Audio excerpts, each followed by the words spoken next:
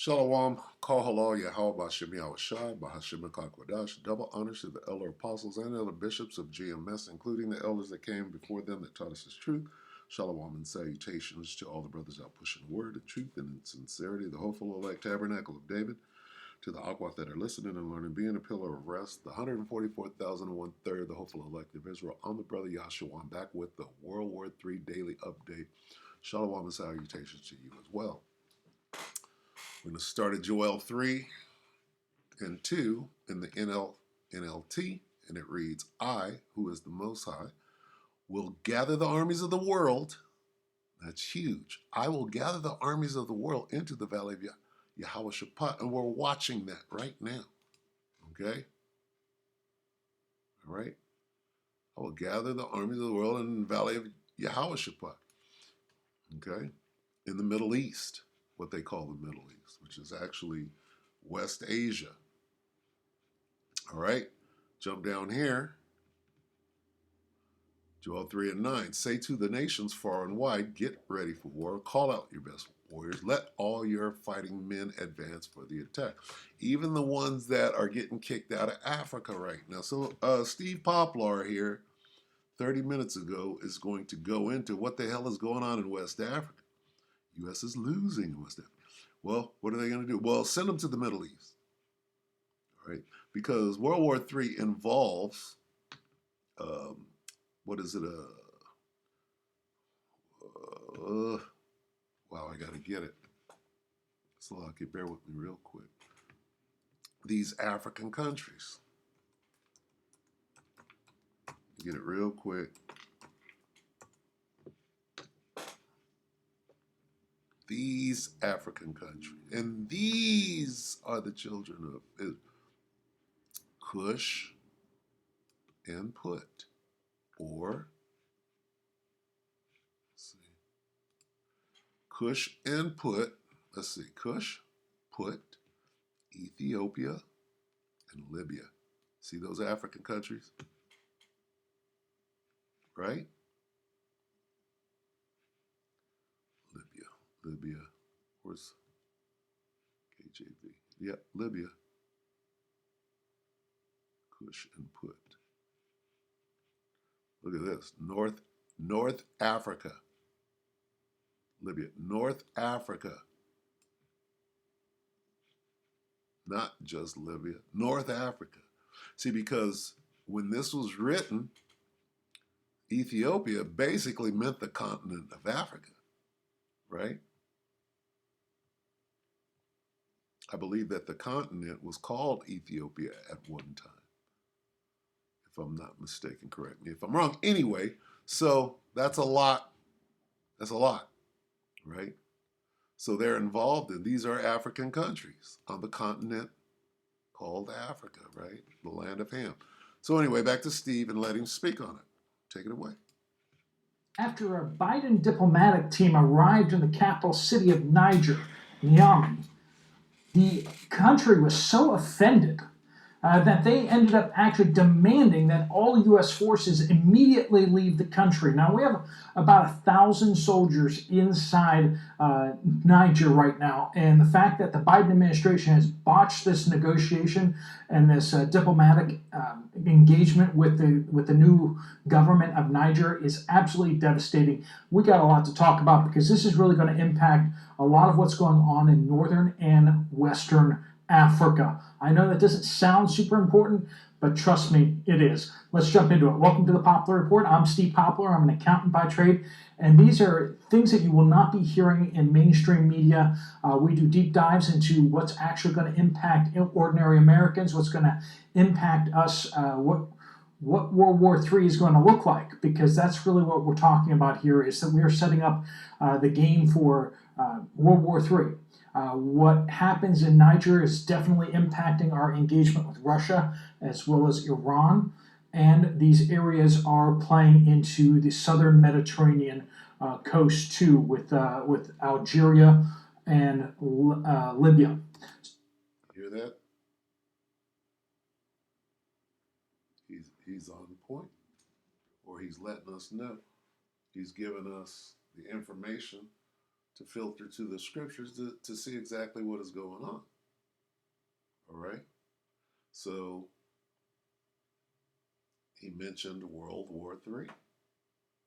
Okay. And this is what we see. A lot to talk about. Let's jump into it.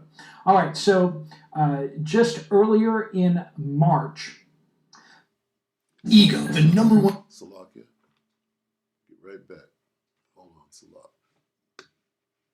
And boom. The Biden administration sent a set of diplomats to the newly installed power of Niger. Now, the folks there that have taken over control of Niger in the most recent coup have expressed themselves to be not big fans of France, of course. France has a colonial history in the country, and so that was understandable that they demanded that all French troops leave. There were a sizable contingent of French troops there, but the United States soldiers were allowed to stay. The United States soldiers, as well as United States CIA operatives and CIA contractors, where the line on that one is they work for the CIA, and that's about all they'll say. But a large number of them operate in that country, manning a major drone operation in northeastern Niger. It's a very critical location for spy drones and even attack drones that fly over Libya, Algeria, and other countries in that area, such as Central African Republic, as well as Mali and all these other countries. So, as well as Niger. Now, the United States is there to do anti-terrorism stuff, which basically means the United States is just basically projecting its power all over everybody, and whether they want it or not. And a lot of this is really focused in on Libya. The Libyan civil war that the United States started, and still hasn't come to an end yet, right? Just like the Syrian civil war that the United States started. The CIA has gone in and dabbled in all these countries, and they're still trying to make sure that whoever they want comes out on top in Libya. But, so this is all kind of very tense. The situation is tense. New government comes to power in Niger.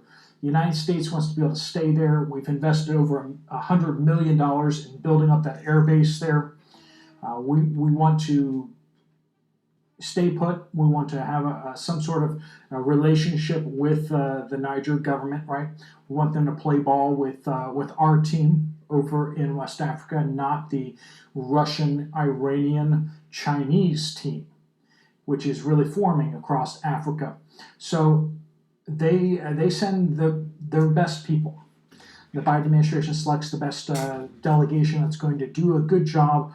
It's going to build relationships. So what do? They come out of the gate, and according to the Niger government, apparently the delegation opened up by accusing Niger of a secret deal to supply Iran with uranium.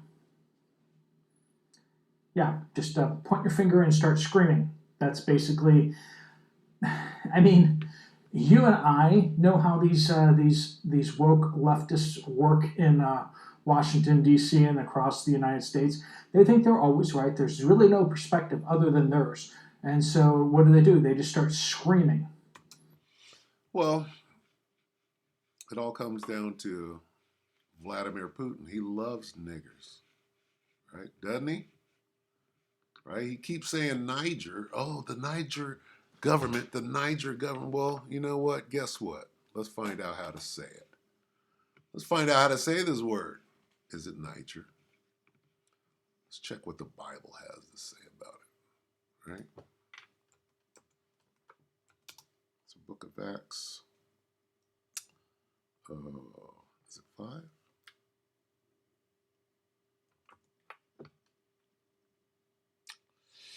Acts.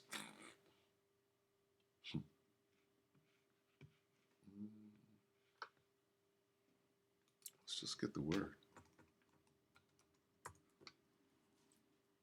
Yeah.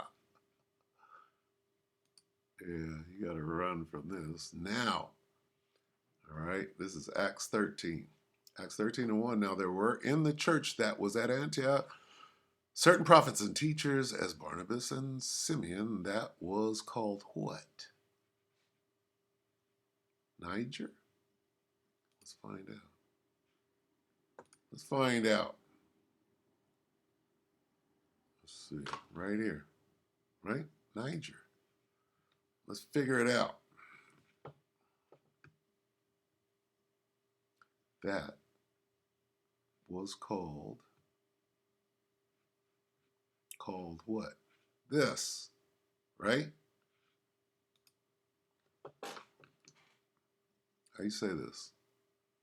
Oh, Niger. Knee jerk.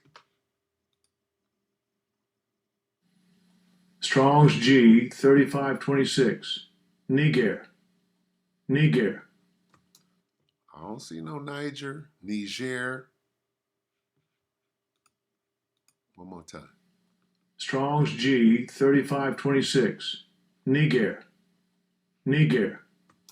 Does nigger mean black? No, it does not.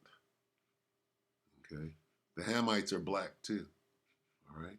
What does nigger mean? It don't mean black. It don't mean nigger. It means a Christian. Want to prove it? Let's prove it. Prove all things, right? My nigga. Prove all things. This is Acts 26. Not 26. 11. Acts 11. 11 and 26. Let's get KJV.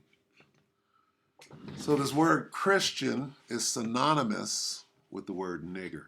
We just seen that. Let's prove it again. Nigger, a Christian. A Christian, nigger. See that? They were called, you have to pull it up. It says called. Let's go back.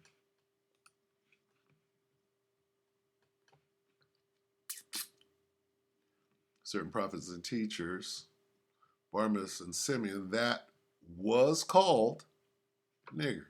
Was called nigger. What does that mean? This is Acts 11 and 26. And when they had found him, they brought him unto Antioch, and came to pass that a whole year, as they assembled themselves with the church and taught much people, and the disciples were called niggers first in Antioch. Here's the precept right here. The disciples were called, or was called, Christians, right? Was called Christians. Was called nigger. Bunch of Christians. Are these not Christian? Are these not followers of Hamashiach? Of course they are. Of course. Bunch of niggers. Vlad loves niggers. Anyway, with that, we're going to say, we hope that the elector edified you, brothers and sisters. Shalom.